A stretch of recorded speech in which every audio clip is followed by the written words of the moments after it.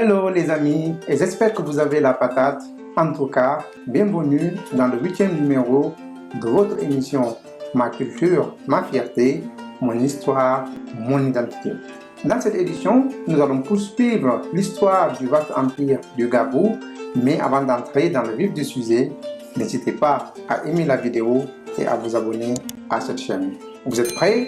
Allons-y. L'histoire que nous allons aborder aujourd'hui concerne une grande dame. Elle a laissé un héritage immense pour le monde entier, en particulier pour l'Afrique de l'Ouest. Cette grande diva qui a théorisé et mis en place le Moussoumane-Saya, celle dont les descendants donnant la lignée des Nyancho, c'est-à-dire les Sané-Mané, qui étaient les rois de l'empire du Gabou, s'appelle Balaba Sané. Son histoire légendaire, issue de la tradition orale, est la suivante. Balaba Sané est la fille du roi Mansa Massali Sané de Mampati, village situé actuellement en Guinée-Bissau. Elle est née et a grandi donc à Mampati. Elle a ainsi reçu l'éducation royale comme toutes les princesses de sa génération. Durant toute sa jeunesse, elle avait une réelle complicité avec son papa roi. Mais comme vous le savez déjà, généralement, ce qui sépare une fille avec son papa, c'est le mariage, et donc Balaba Sané n'y fera pas exception. En effet, quand Balaba atteint l'âge de 18 ans, son papa roi a voulu la donner en mariage à son meilleur guerrier. Mais malheureusement, Balaba Sané n'était pas amoureuse de ce soldat. Ainsi, elle a décidé de se donner à son amoureux, un autre jeune du village. Conséquence de cette relation, elle tomba enceinte de son copain. Grossesse hors mariage est donc une humiliation pour cette princesse adulée par son père et tout le village de Mampatin. Pour ne pas devenir la risée de tout le village, Balaba décida de s'enfuir et d'aller se cacher dans la forêt avant que la population ne soit au courant de cette grossesse. Ainsi, elle prépara quelques effets personnels et prit la direction de la forêt sans savoir où elle va aller exactement ni ce qu'elle va y faire. Le lendemain matin, sa disparition a très vite fait le tour de tout le royaume et la mauvaise nouvelle plongea la population dans un désarroi total. Le roi a ainsi mobilisé tous les moyens mystiques et militaires pour pouvoir trouver sa fille bien-aimée. Ainsi, pendant 40 jours et 40 nuits, les équipes du roi ont sillonné tous les coins et recoins du pays pour retrouver enfin la princesse Balaba Sané. Le roi, impuissant de retrouver et d'avoir les nouvelles de sa fille, se plongea dans une grande tristesse.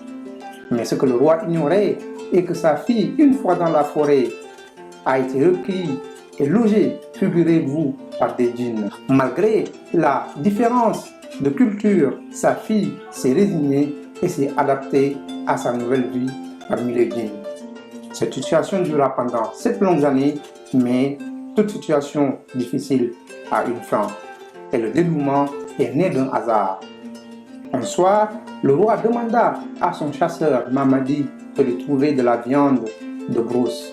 Ainsi, le chasseur se rend dans la vallée de Mampati pour chercher le porc épic, animal favori du roi. Après quelques explorations, il trouve un trou supposé être le gîte de l'animal convoité. Il décida donc d'installer sa tente à une quinzaine de mètres de ce trou pour attendre la sortie des animaux. Après des heures d'attente, le chasseur a eu la surprise de voir un être sortir du trou qui ne ressemble pas du tout à un gibier.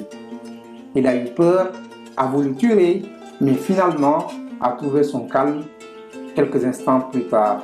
Cet être s'est mis à parler en disant « Moi, Balaba Sané, je remercie Dieu de m'avoir épargné d'une honte parmi les miens. » Le chasseur stupéfait s'est dit dans sa tête « Pourtant, je ne rêve pas. » Elle a bien dit « Balaba Sané, notre fille bien-aimée qui a disparu depuis 7 ans. » Elle n'est donc pas morte, mais qu'est-ce qu'elle peut bien faire dans ce trou?